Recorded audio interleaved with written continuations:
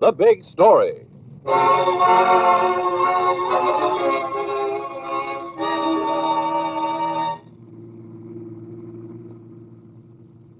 Where are we?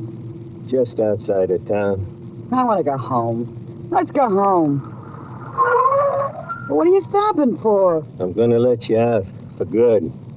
You're not going any further. What are you doing? Putting an end to your two-time and to your cheat.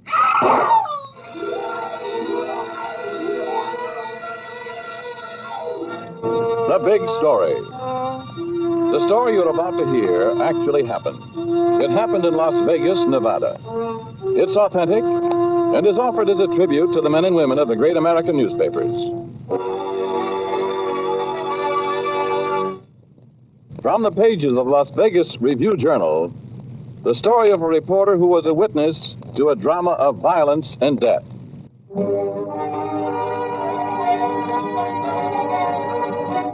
Las Vegas, Nevada. The story as it actually happened. John F. Kalin's story as he lived it.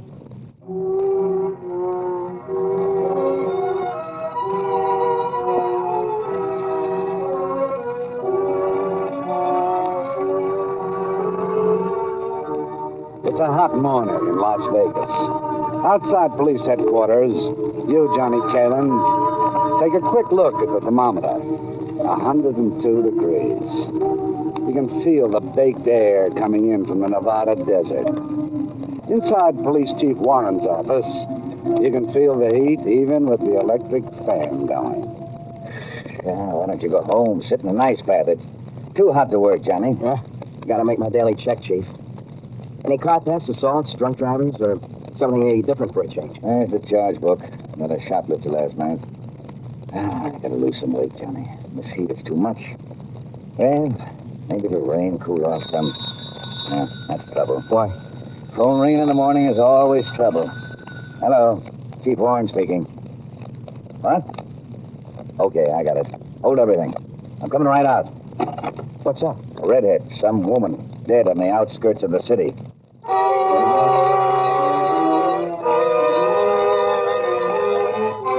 You'll find her in a black sedan. You and Police Chief Warren. A red-headed woman, shot dead in the back seat. Who is she? No purse, no wallet, nothing to identify her. All you have is the license of the car. Would you check it to find out who owns it? Scott Whitty. That's the owner. Age 31, 6 feet 1, weight 175, eyes blue, hair blonde. Sounds like a pretty boy. He's pretty, all right. Checked his address, too, from the license records. Clerk at his hotel says he was the handsome type. Hotel? What hotel? Flea bag in the south side. It's his car? Yeah. Well, did you get him, Chief? No, hotel clerk tells me that Scott drove away alone last night. Hasn't seen him since. I don't get it. If he beat it, why should he ditch his own car? What was he going to do, walk across the desert? Well, he could have gotten himself a lift. No, still it doesn't make sense. Killing never makes sense. You think he did it, Chief? I don't know. First, we gotta find Scott Whitty, and I'll have your answer.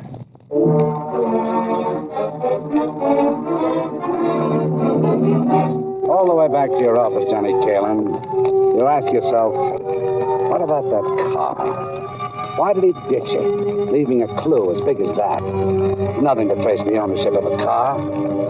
Scott Whitty just dumb? You can ask questions, but you can't find the answers. You sit at your desk in the study room of the Review-Journal and begin to write your story when... Hello? This is Chief Warren, Johnny. Listen, get down to the Union Pacific Railroad Station right away. Why? What's up? We got another dead one. What? A man. He's just been shot dead. 2 killings in one day in a town of 8,500. Jackpot. You rush out thinking of the banner headline you'll be writing, and suddenly, halfway to the railroad station, it pops into your head. Scott Whitty. Is it Scott Whitty? Is it him, Chief? Who? Scott Whitty. No, Scott. No, it's a locomotive farmer named Joe Merritt. shot by a fellow named Floyd Farnell. What gave you the idea it was this Whitty? No, I don't know. Just a guess. Broad daylight this happened. They're talking. The next thing people see is Farnell whipping out a gun and firing point blank at Merritt. Where's Farnell now? He ran, they tell me. He's wearing a white shirt and brown pants. Chief Warren. I got something to tell you. Who are you? I work in the railroad yards. Listen, I just saw Floyd Farnell. I know where he is. Where? I followed him after the shooting. He ran into a bar on Fremont Street.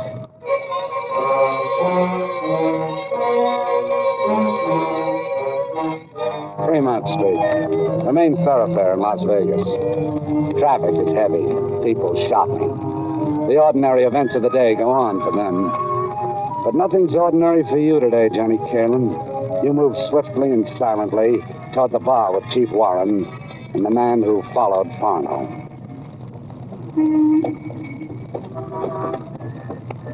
You better stay outside, Johnny. This is no part of your job. No, I want to go in with you. Well, there might be trouble. He has a gun. I want to go in with you, Chief, but I'll be careful. I promise. This is it, Chief. This is the bar. I saw him go in. Okay, mister. Thanks. Johnny, you'll keep him back of me. Johnny. Okay, I promise. All right. Come on. Let's go in.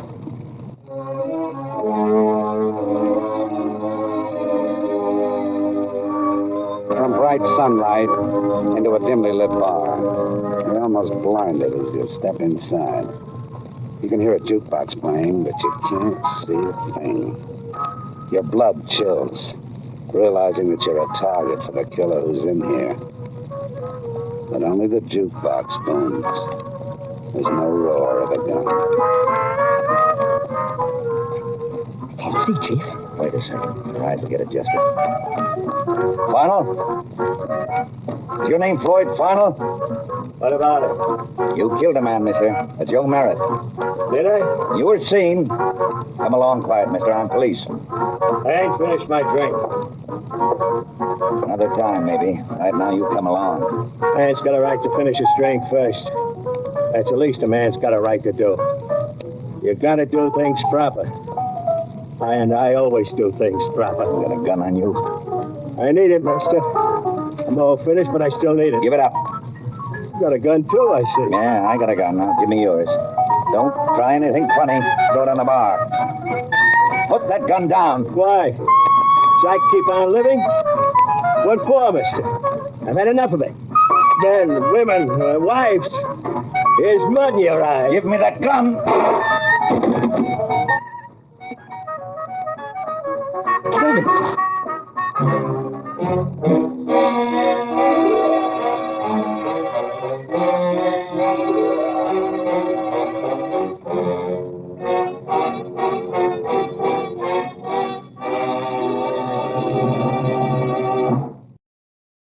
This is Cy Harris, returning you to your narrator and the big story of Johnny Kalin, as he lived it and wrote it. 3 corpses in one day. A red-headed woman and 2 men who only a short time before were walking along like friends. 3 corpses, plus a missing man named Scott Whitty. How many big stories drop into a newspaper man's lap in one day? Or is it only one story? You contact your desk, Johnny Kalin, and then along with Chief Warren, you go to inform the 2 widows. You visit Mrs. Merritt first. I can't believe it. I can't. It's true, Mrs. Merritt. Sorry. Floyd Farnell shot your husband. But he was here. Early this morning, Floyd came in. He had breakfast with us. Then he and my husband walked downtown. Was there anything wrong between them? No, What do they talk about? about railroad matters. Floyd, he was going to quit his job. Take his wife back to Idaho. There's no trouble between them. You sure of that? No, there wasn't. There was no reason for Floyd to kill my husband. Or kill himself? Look, Mrs. Merritt, it doesn't make sense. There must have been something between them. A man doesn't use a gun the way Floyd Farnell did without a reason. Maybe it was money. Maybe your husband owed him money. He had a good job, my husband. Made good money. He wasn't in debt to anybody. Maybe it was over some woman? What? I don't like to say things like this, Mrs. Merritt. I don't like to hurt anybody's feelings, but Could it be trouble over a woman? Joe had nothing to do with Mrs. Farnell. My husband wouldn't have anything to do with that kind of woman. We were good, respectable people. You got nerve trying to shame the dead. You get out of here. Now, wait a minute, Mrs. Merritt. There's no cause to get excited. We've got to ask questions. All right. I know she ran around with lots of men, but not with my husband. She's no good. She's just no good. You haven't got much of an opinion of Mrs. Farnell. Why should I? Have you seen her? You told her? No, we came here first, Mr. Merritt. She'll be glad. You'll see. Glad that Floyd is dead. But Floyd would go away and she'd run around with everyone and anyone working in the railroad yard. She and her red hair. The what? Red hair. Fits her because Claudia Farnell is no good. Redhead. Yeah. Mrs. Merritt, you come on downtown with us.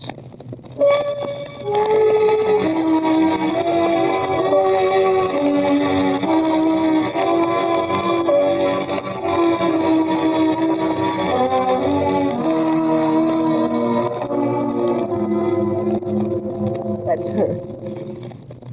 That's Claudia Farnell. What happened to her? Shot dead. Found her this morning.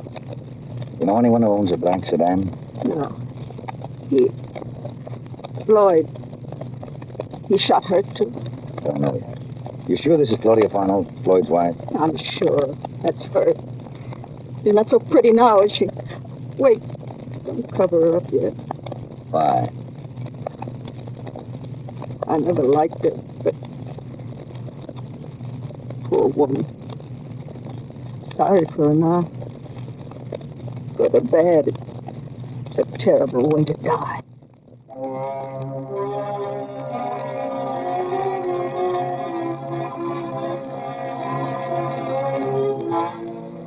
But they are dead. And suddenly there's a mob of questions to answer. You write your story, Johnny Kalin, naming all 3 persons who died today. And then you go down to police headquarters. This thing is still definitely a mystery. Where's the Scott Whitty, Chief? What's he got to do with it? I don't know, Johnny. I've got no answer yet to that statewide alarm. Who killed Claudia Farnell? Look. Why don't you just sit down and cool off a bit? And Joe Merritt? Was there anything between him and Claudia? Oh, you sure got a million questions, haven't you, Johnny? Well, why not? Haven't you? I mean, is everything simple and straight in your mind? Now, look, I've been a cop a long time. I've learned patience. I've got a quiet, patient mind. I've got no newspaper deadline to meet, Johnny. Nothing right now is either simple or straight to me. Why? Because I don't know. When I get my facts, I'll decide. I'll tell you one thing, though. What? The fact that I'm waiting for is Scott Whitty. I think that's the boy that's got all the answers. I wonder. Maybe the more we learn about Claudia Farnell, the more pieces of this puzzle will come together. Where can you learn more about Claudia Farnell, Johnny Kalin? Where? You remember something that Mrs. Merritt said. Run around everyone and anyone in the railroad yards. The yards. The Union Pacific Railroad yards. You make your way down there fast, and you start to ask around. You're the reporter, ain't you? One who was around when Joe Merritt got shot? That's right. Don't you remember me? I'm the guy who told you where Floyd Farnell was. In that bar? Oh, yeah. Guess when I'm all greased up and in overalls like this, I ain't good for recognizing it. You knew both of them pretty well, huh? Oh, sure. Worked with Joe on short hauls. You knew Claudia Farnell? Well, did you? Well, look, I don't like to say things bad about anybody, mister. Especially when it... Listen, all I'm trying to do is dig up facts. I'm not interested in gossip. Why was Claudia killed? Who killed her? That's what I'm trying to find out. Okay. What do you want to know? Was there anything between Claudia and Joe Merritt? They went on dates together. Did Floyd Farnell know? I ain't spreading gossip. Listen, 3 people are dead. 1 man is missing. Missing? Who? A fella named Scott Whitty. Scott? I saw him 2 nights ago. You know him? Sure I know him. He had dates with Claudia, too. All right. He's another. I guess everybody had dates with her. I saw Scott Woody 2 nights ago in a Sagebrush Cafe. He was there with Claudia. Funny part of it is, though, Floyd was there, too.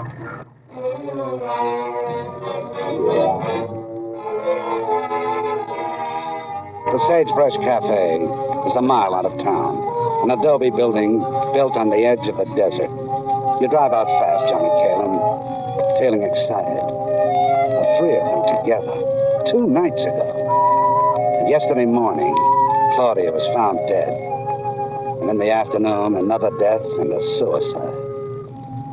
Maybe Chief Warren is right. Find Scott Woody, and the mystery comes clear. Only the bartender is in the cafe. It's early afternoon. It's hot. Business will pick up when it gets cool. Right now, it's a perfect time for questions. Johnny Kalin? And the Las Vegas Review-Journal. Reporter, huh? Yeah, and I've got some questions about a group of people who were out here 2 nights ago. 2 men and a woman. The woman was a redhead. Uh-huh. I remember them. They in trouble? If they are, I ain't surprised. Haven't you seen the papers today? No, not yet. Yeah, they're in trouble, all right. Look, what do you remember about them? Well, they acted funny, all right. 3 people sat down for beers. They're friendly. They laugh. Have a good time. Not these 3. And I was sure surprised when the older guy called the redhead his wife. I was sure she and the handsome young guy would be the ones who were hooked. They sat at that table there by the bar. And it wasn't so hot. Another beer for me and my wife. You can have one, too, Scott. You can live off of me, too. Let's go home, Floyd. We're having a party. Don't you like parties? You're getting drunk. Yep. A quiet, slow, careful drunk. You ain't drinking, Scott? I've had enough. Why? Because I'm back home? I ain't running any freight somewheres into Arizona tonight? Look, I didn't want to come out in the first place. We're all friends, ain't we? And I wanted fun. And you got a car. It's a favor you're doing me. Taking me and my wife out for a time. How come you got no woman of your own, Scott? Look, Floyd, how about cutting it out, huh? I wasn't so dead certain about Claudia here loving me. I think she'd fall for you. Oh, but she's the faithful kind. Shut up, Floyd. Come on, take me home. Yeah. Okay. You're going home. We're all going home. You okay, Floyd? Hey, Scott, ain't she a real ever-loving wife? Look how she's concerned about me. Okay. Come on. Let's go home. They walk out of this place after that without a word. Then comes the funny part. Funny part. Yeah. An hour later, he came back. Walked in here again. Alone? No, he had the redhead with him. And you know something? He had changed his shirt. Wait a minute. One thing at a time. He came back with his wife. Wasn't this Scott with him? No, they were alone. And he changed his shirt? Yeah. He had a green sports shirt on the first time. When he came back, he was wearing a white one. What happened then? Nothing. They just sat for a couple hours, talking and drinking. Oh, yeah, the redhead was very nervous. Finally, they went out. I saw him drive off in a black sedan. A black? They drove away in a black sedan? Yeah, why? Buy tomorrow's paper, and you'll see why.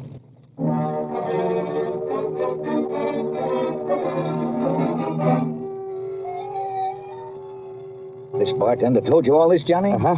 And it begins to bring the pieces together. It's beginning to make sense. How? I'll bet Farnell killed his wife. And why?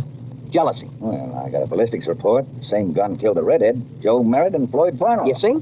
But where's Scott Woody? I don't think you'll find Scott Woody, Chief. For my money, I'll bet Scott Woody's dead. Oh, now, don't you go theorizing on me, Johnny. I think it was all carefully planned. Careful now. You're going out on a limb, boy. A cold-blooded, deliberate wiping out of people by Floyd Farnell. People running around with his wife. He meets Joe Merritt at breakfast, walks him to work, and kills him. He has Scott go out with him and his wife. And killed Scott? Sure. I'll bet he made Claudia watch while he shot Woody. The first time they left the bar, he stopped someplace and shot him. Then he brought her back to the bar, drank some more, and then later put a bullet in Claudia's head. Are you serious? Dead serious. It was a plan, Chief, a deliberate plan. I wouldn't be surprised if part of it was the killing of himself. Oh, listen, this man's just a railroad worker, not a horror story writer. Oh, I'll bet, Chief. I'll bet. Chief Warren speaking. What? Where? Okay, I'll be right out. Somebody just came across a body in the desert. Scott Whitty, shot in the head. You ride out with Chief Warren into the hot desert. The air bakes and shimmers. You get out a few miles along the desert road, and in a ditch, there's the body. And nearby, you find something more. Shirt. A green sports shirt. The blood all dried on it. Bartender said Floyd was wearing a green sports shirt the first time. Look at this. What's that? Notebook in the pocket. What's in it? Nothing else. Wait. Here's something on the front page. What? They're initials. J.M. Joe Merritt. S.W. Scott Whitty. C.F. Claudia Farnell. Look on the next page. F.F. Floyd Farnell, his own... Yeah, a list. A list of victims to be killed. Nothing else in the book but those initials. Now, do you agree that this was all planned, Chief? Yeah, I guess you're right. All planned. Yeah. Planned and carried out with a bang.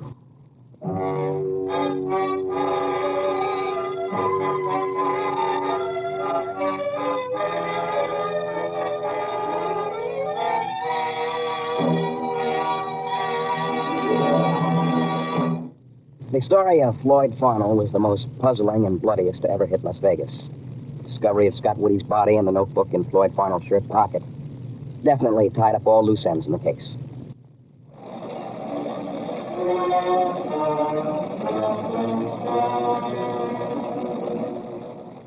And so ends another big story. In order to protect the names of people actually involved in tonight's authentic big story, the names of all characters in the dramatization were changed, with the exception of the newspaper reporter.